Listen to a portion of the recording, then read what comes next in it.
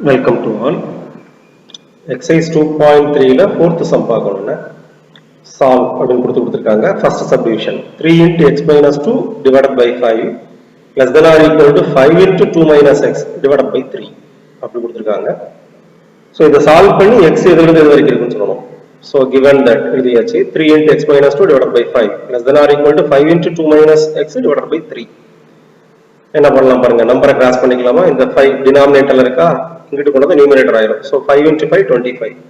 இந்த 3 லெஃப்ட்ல கொண்டு வந்தா இங்க கீழே உள்ள 3 மேல வந்துடும். So 3 into 3 9. ஸோ இந்த 3 மேல வந்து 3 into 3 9. இந்த 5 இங்க வந்து 5 into 5 25 ஆயிரும். எப்படி மாறும் பாருங்க, 9 into x minus 2 less than or equal to 25 into 2 minus x. 9 உள்ள கொண்டு போயிடலாம். 9x minus 9 into 2 னா minus 18. 25 உள்ள கொண்டு போயிடலாம். 50 minus 25x. So 9x இந்த minus 25x லெஃப்ட்ல வந்துச்சுன்னா plus 25x. இங்க 50 இருக்கா, minus 18 ரைட்ல வந்துச்சுன்னா plus 18. 9x plus 25x னா 34x less than or equal to 50 plus 18 னா 68. இப்போ 34x is less than or equal to 68. 34 ப்ராடக்ட்ல இருக்கா, கீழே கொண்டு வரலாம். பாசிட்டிவ் நம்பரா இருந்தா அழகா கீழே கொண்டு வரலாங்க. நெகட்டிவ் நம்பரா இருந்தா மட்டும் தான் செய்ய முடியாது, இன்இக்வாலிட்டி சேஞ்ச் ஆகும். பாசிட்டிவ் நம்பர் தானே 34 கீழே கொண்டு வந்துருங்க. இப்போ 68 divided by 34 வரும். 34 68 கடிச்சா 2 times. அப்ப x is less than or equal to 2. அப்ப சொல்யூஷன் என்னன்னா x is less than or equal to 2. x is less than or equal to 2 னா 2 இல்ல அதை விட கம்மின்னு அர்த்தம். 2 அதை விட கம்மினா 2ல இருந்து லெஃப்ட் சைடுல அர்த்தம். மைனஸ் இருந்து 2 வரைக்கும். 2வும் அதை விட கம்மியும் அப்படின்னா மைனஸ் இருந்து 2 வரைக்கும் அர்த்தம். லெஸ் தென்னா லெஃப்ட் சைடு, கிரேட்டர் தென்னா ரைட் சைடுன்னா. அப்ப லெஃப்ட் சைடுல 2 அதை விட கம்மினா மைனஸ் இன்ஃபினிட்டி 2 வரைக்கும். அப்ப சொல்யூஷன் செட் என்னன்னு கேட்டா minus infinity comma 2. Minus infinity எதுலையுமே செய்யக்கூடாதுன்னா ஓப்பன் சிம்பிள் தான் போடணும். 2 வந்து உண்டு இல்லையா, less than or equal to 2 தானே, அதனால இங்க ஷூட் 2 ஷேட் பண்ணிருக்கேன். அப்ப இங்க க்ளோஸ்டு சிம்பிள் போடணும். So open, left to open, right closed, minus infinity comma 2. இதான் சொல்யூஷன் ஆஃப் கிவன் இன்இக்வாலிட்டி. அப்ப மைனஸ் இன்ஃபினிட்டி 2 வரைக்கும் என்ன வேல்யூ போட்டாலும் இந்த இன்இக்வாலிட்டி என்ன ஆகும்னு அர்த்தம், சாட்டிஸ்ஃபை ஆகும்னு அர்த்தம். x ல மைனஸ் இன்ஃபினிட்டி 2 குள்ள என்ன வேல்யூ போட்டாலும் இந்த இன்இக்வாலிட்டி, ரெண்டு சைடு x க்கு அந்த வேல்யூ போட்டாலும் இந்த இன்இக்வாலிட்டி சாட்டிஸ்ஃபை ஆகும் அப்படின்னு அர்த்தம். மீனிங் புரிஞ்சுக்கணும் என்னங்க, மைனஸ் இன்ஃபினிட்டி 2 குள்ள என்ன வேல்யூ போட்டாலும் இந்த இன்இக்வாலிட்டி சாட்டிஸ்ஃபை ஆகும். செகண்ட் சப்டிவிஷன் பாருங்க, 5 minus x whole divided by 3. இங்க x by 2 minus 4 ரெண்டுக்கு வித்தியாசம் இருக்கு. இங்க 3 வந்து whole divided by 3, இங்க 2 வந்து x க்கு கீழ மட்டும் தான் 2. அப்போ இத ஒண்ணும் பண்ண முடியாது. இத கிராஸ் பண்ணனும்னா முதல்ல 2 LCM எடுத்து தான் கிராஸ் பண்ணணும். இந்த 2 வந்து only for x தான். சோ முதல்ல given that எழுதியாச்சு. 5 minus x whole divided by 3 x by 2 minus 4. அப்படியே 2 மொத்தமா LCM பண்ணுங்க. இங்க கீழ 2 இருக்குறதால x அப்படியே போட்டுக்கணும். இங்க 2 ஆல மல்டிப்ளை பண்ணுங்க. கீழ ஒண்ணுமே இல்லைன்னா அப்ப 2 ஆல மல்டிப்ளை பண்ணணும். 4 into 2 8. So x minus 8 divided by 2 அப்படிதான் இருக்கும். இல்ல கிராஸ் மல்டிப்ளிகேஷன் மாதிரி வச்சுக்கலாம். x minus 8 whole divided by 2. அப்ப இந்த மாதிரி ஒரு டேர்முக்கு 2 கீழ டினாமினேட்டர் இருக்கும்போது கிராஸ் பண்ண கூடாதுன்னா மொத்தமா LCM எடுத்த பிறகு தான் கிராஸ் பண்ணணும். இங்க 3 அப்படி இருக்கு, whole divided by 3 இருக்கு. இங்க 2 வந்து x கீழ மட்டும் இருக்கிறதுனால 2 மொத்தமா LCM எடுக்கணும். இங்க கீழ 2 இருக்கு, அதனால x அப்படி எழுதிட்டேன். இங்க 1 இல்ல, அப்ப மேல 2 ஆல மல்டிப்ளை பண்ணனும். சோ -8 வரும். இப்போ 2 கிராஸ் பண்ணிக்கலாம். 2 லெஃப்ட் சைடு மேலயும் 3 ரைட் சைடு மேலயும் கிராஸ் பண்ணிக்கலாம். இப்போ 2 இங்கிட்ட வந்துச்சுனா 2 into 5 minus x வரும். 3 இந்த சைடு வந்துச்சுனா 3 into x minus 8 வரும். இப்போ 2 into 5 minus x less than 3 into x minus 8. அப்ப இந்த மாதிரி நம்பரை கிராஸ் மல்டிப்ளை பண்றதுக்கு முதல்ல அது பாசிட்டிவ் நம்பரா இருக்கணும், அப்புறம் ஹோலா இருக்கணும், காமனா இருக்கணும். மொத்த இதுக்கு காமனா கீழ நம்பர் இருந்த பிறகு தான் கிராஸ் பண்ண முடியும். சரிங்களா? 2 உள்ள கொண்டு போனா 10 minus 2x. இங்க 3 உள்ள கொண்டு போனா 3x minus 24. x எல்லாம் ஒரு சைடு. அதுக்கு முன்னாடி இங்க 10 இருக்கா, minus 24 லெஃப்ட்ல வந்துச்சுனா plus 24. minus 2x ரைட்ல வந்துச்சுனா plus 2x. x எல்லாம் ஒரு சைடு, நம்பர் எல்லாம் ஒரு சைடுன்னா இங்க 10 minus 24 லெஃப்ட்ல வந்தா plus 24. 10 plus 24 னா 34. minus 2x ரைட்ல வந்துச்சுனா plus 2x. 3x plus 2x 5x. So 34 is less than 5x. அப்படியே ரிவர்ஸ்ல எடுங்க. 5x is greater than 34. a less than b ஆர்னா b is greater than a அப்படி எழுதிக்கலாம். a b யோட சிறுசுனா b a யோட பெருசுன்னு அர்த்தம். இது ஜஸ்ட் ரிவர்ஸ் பண்ணி இது பண்ணி மாத்தி எழுதிருக்கோம் அவ்வளவுதான். இன்இக்வாலிட்டியை மாத்தலங்க, மொத்தத்தை அப்படி ரிவர்ஸ்ல சொல்லிருக்கோம். a less than b ஆர்னா b is greater than a, right தானே? அதனால இன்இக்வாலிட்டியை ரிவர்ஸ்ல எழுதிருக்கோம். இன்இக்வாலிட்டியை சேஞ்ச் பண்ணல, லெஸ் தென் கிரேட்டர் தான் ஆகல. 5x எங்கிட்டு 34 எங்கிட்டு போறதுனால லெஸ் தென் கிரேட்டர் தான் ஆயிடுச்சு. 34 5x கம்மி, அப்ப 5x 34 அதிகம், அந்த மாதிரி ஐடியா. இங்க 5 இங்கிட்டு இருக்கா, கீழே கொண்டு வந்துக்கலாம். x is greater than or equal to 34/5 அப்படி கொண்டு வந்துக்கலாம். x is greater than 34/5 ஏன்னா 5 கீழே வரும், பாசிட்டிவ் நம்பர் தானே, கீழே கொண்டு வந்துக்கலாம். x is greater than 34/5 னா அப்ப x வந்து 34/5 விட அதிகம் அர்த்தம். 34 divided by 5 விட அதிகம். அப்ப நம்பர் லைன் போட்டுக்கோங்க, 34 divided by 5 போட்டுக்கோங்க. Greater than right side, right சைடுல போட்டா ஷேர் பண்ணணும். எது வரைக்கும் சொல்லல, 34/5க்கு அதிகம்னு கொடுத்துட்டோம். அப்ப இன்ஃபினிட்டி வரைக்கும் நடக்கும். எப்பவுமே லெஸ் தென் போட்டா லெஃப்ட் சைடு ஒரு நம்பருக்கு, கிரேட்டர் தென் போட்டா ரைட் சைடு. வெறுமன எக்ஸ் இஸ் லெஸ் தென் அப்படின்னு கொடுத்தாங்கன்னா மைனஸ் இன்ஃபினிட்டி இருந்து அந்த நம்பர் வரைக்கும் எடுத்தோம். வெறுமன கிரேட்டர் தென் கொடுத்தாங்கன்னா அந்த நம்பர்ல இருந்து இன்ஃபினிட்டி வரைக்கும் எடுத்தோம். இப்போ சொல்யூஷன் செட் என்ன, 34 divided by 5, 8. அப்ப இந்த இன்இக்வாலிட்டியில இந்த ரேஞ்சுக்குள்ள 34 divided by 5 எவ்வளவு வரும், அப்ராக்சிமேட்லி 6 5s are 30, 6.8 மேல அர்த்தம். 6.8 மேல இன்ஃபினிட்டி வரைக்கும் என்ன வேல்யூ போட்டாலும் கொடுத்துருக்கிற அந்த இன்இக்வாலிட்டி இருக்குல்ல சாட்டிஸ்ஃபை ஆகும். எக்ஸுக்கு இங்கேயும் வேல்யூ போடுங்க, இங்கேயும் வேல்யூ போடுங்க, கண்டிப்பா லெஸ் தென் தான் வரும். ஸோ அதனால புரிஞ்சுக்கணும், மீனிங் புரிஞ்சுக்கணும், நம்ம கண்டுபிடிக்கிறது என்னன்னு தெரிஞ்சுக்கணும்.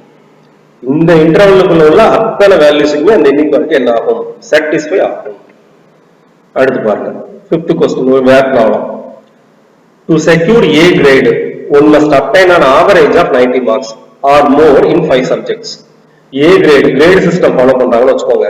A grade வாங்கணும்னா ஒருத்தர் வந்து ஆவரேஜா 90 மார்க்ஸ் வாங்கியிருக்கணும். இதுல 90 மார்க்ஸ் அதுக்கு மேல வாங்கியிருக்கணும் 5 சப்ஜெக்ட்ஸ்ல. அப்போ ஒரு ஸ்டூடெண்ட்க்கு வந்து மொத்தம் 5 சப்ஜெக்ட்ஸ் இருக்கு. ஆவரேஜா 5 சப்ஜெக்ட்ஸ்லயும் 90 அண்ட் அபோவ் 90 வாங்கினா அவனுக்கு A grade கிடைக்கும். ஈச் ஆஃப் மேக்ஸிமம் 100 மார்க்ஸ், அதுல வந்து ஒவ்வொரு சப்ஜெக்ட்லயும் அதிகபட்ச மார்க் 100. அப்ப மொத்தம் 5 சப்ஜெக்ட்ஸ் இருக்கு. ஒவ்வொரு சப்ஜெக்ட்லயும் 90க்கு மேல எடுக்கணும். இல்ல 5 சப்ஜெக்ட்லயும் ஆவரேஜ் பார்க்கும்போது 90க்கு மேல வந்துச்சுன்னா அவனுக்கு A grade கொடுப்பாங்க. One scored, if one scored 84, 87, 95, 91 in first 4 subjects. ஒருத்தர் என்ன பண்ணா அப்படின்னா 4 சப்ஜெக்ட்ல மார்க் அவனுக்கு தெரிஞ்சிருச்சு, 84, 87, 95, 91. இப்ப பாத்தீங்கன்னா 84, 87, 90 கீழே மார்க் வாங்கியிருக்காங்க. இதெல்லாம் ஓகே தான், 90க்கு மேல வந்துருச்சு. இந்த ரெண்டு சப்ஜெக்ட்லயும் 90 கீழ எடுத்துட்டான். இப்போ one score 84, 87, 95, 91 in first 4 subjects. முதல் 4 சப்ஜெக்ட்ல அவனோட ஸ்கோர் இதான். What is the minimum mark one scored in the 5th subject to get A grade in the course? இப்போ இந்த 4 சப்ஜெக்ட் எழுதி மார்க் வாங்கியாச்சு. 5th சப்ஜெக்ட்ல அவன் எவ்வளவு மார்க் எடுத்தா அவனுக்கு A grade கிடைக்கும்னு கேட்டிருக்காங்க. நல்லா புரிஞ்சுக்கோங்க, 4 டெஸ்ட் எழுதிட்டா மார்க் வந்துருச்சு, இதை ஒண்ணும் பண்ண முடியாது. இப்போ 5th சப்ஜெக்ட் எழுதும் போது அவன் எவ்வளவு மார்க் மேல எடுத்தானா அவனுக்கு A grade கிடைக்கும். 19 சொல்லிடக்கூடாது, ஏன்னா இங்க 84, 87 வந்திருக்கு. அதனால இதை காம்பன்சேட் பண்ணதுக்கு ஆவரேஜ் 90 அண்ட் அபோவ் 90 தான் A grade. நல்லா புரிஞ்சுக்கோங்க, ஒவ்வொரு சப்ஜெக்ட்லயும் 90 மார்க் அப்படி சொல்லல, ஆவரேஜ் ஆஃப் 90 மார்க்ஸ் அப்படின்னு அர்த்தம். 5 சப்ஜெக்ட்லயும் ஆவரேஜ் வந்து 90 மார்க்ஸ், அதுக்கு மேல இருந்துச்சுன்னா A grade. 20 சப்ஜெக்ட்ல குறைய இருக்கலாம், பட் ஆவரேஜ் பார்க்கும்போது 90க்கு மேல வரணும். அப்ப இந்த 84, 87 காம்பன்சேட் பண்ணதுக்கு அவன் என்ன பண்ணணும், 5th சப்ஜெக்ட்ல மார்க் எடுக்கணும். எடுத்து 5 சப்ஜெக்ட் ஆவரேஜ் கண்டுபிடிக்கும் 90 அண்ட் அபோவ் 90 வந்துச்சுன்னா அவனுக்கு A grade கிடைக்கும். 5th சப்ஜெக்ட்ல அவன் மினிமம் எவ்வளவு மார்க் எடுத்தா இந்த மாதிரி அவன் A grade கிடைக்கும்னு கேட்டிருக்காங்க. நல்லா புரிஞ்சுக்கோங்க, மார்க்ஸ் இந்த ஃபர்ஸ்ட் 4 சப்ஜெக்ட்ஸ் என்னன்னா 84, 87, 95, 91. 5th சப்ஜெக்ட்ல தான் மார்க் தேவை, அதை X ன்னு வச்சுக்கோங்க. let X be the mark in 5th subject வச்சுக்கோங்க.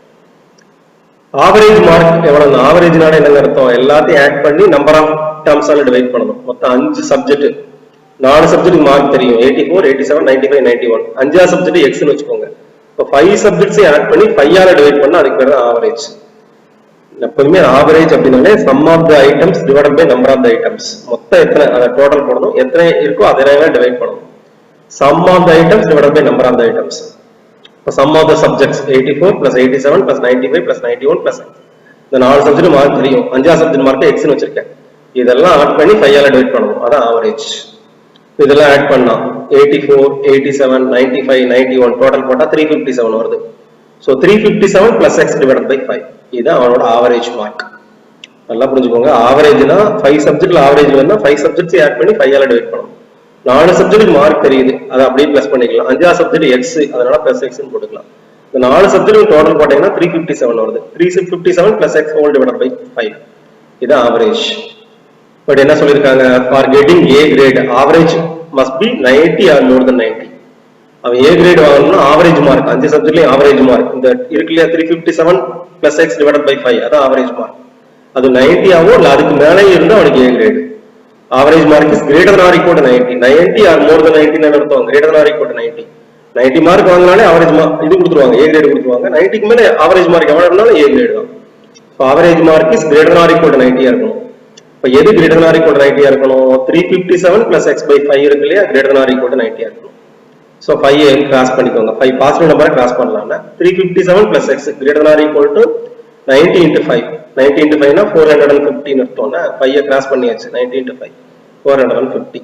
இப்போ 357 அப்படி ரைட்ல கொண்டு வந்துருங்க. அப்ப x is greater than or equal to, x greater than or equal to அது மட்டும் இருக்கட்டும். 357 ரைட்ல வந்துச்சுன்னா minus 357. 450 minus 357 னா 93. அப்ப x is greater than or equal to 93. அவனோட 5th subject மார்க் இருக்கு இல்லையா, அது 93 இல்ல அதோட அதிகமா இருக்கணும். x is greater than or equal to 93. x வந்து 93 இருக்கலாம் இல்ல அதோட அதிகமா இருக்கலாம். அப்படி இருந்தா அவனுக்கு என்ன கிரேட் கிடைக்கும்னு அர்த்தம்? A கிரேட் கிடைக்கும்னு அர்த்தம். So in order to get A grade, the minimum mark in the 5th subject must be 93. அஞ்சாவது சப்ஜெக்ட்ல அவன் குறைஞ்சது 93 மார்க் ஆகும். நல்லா புரிஞ்சுக்கணும். 90 வாங்கி பிரயோஜனம் இல்லை. ஆவரேஜ் வந்து 90 வெறும் 90 மார்க் மட்டும் வாங்கினா ஆவரேஜ் 90 கம்மியாகும். அப்போ மினிமம் 5th சப்ஜெக்ட்ல அவன் 93 மார்க் வாங்கினா அவனுக்கு ஏ கிரேட் கிடைக்கும். 93 மேல எவ்வளவு எடுத்தாலும் 94, 95, 96, 97, 100 வரைக்கும் எவ்வளவு எடுத்தாலும் சரி அவனுக்கு ஏ கிரேட் போட்டுருவான். அப்போ 5th சப்ஜெக்ட்ல அவனோட எய்ம் என்ன இருக்கணும்? 93 மார்க் எடுக்கணும், மினிமம் 93 மார்க் எடுக்கணும் அப்படிங்கிறது இருக்கணும். 5th சப்ஜெக்ட்ல மினிமம் 93 மார்க் எடுத்தா அவனுக்கு கண்டிப்பா என்ன கிடைக்கும்? ஏ கிரேடு கிடைக்கும்.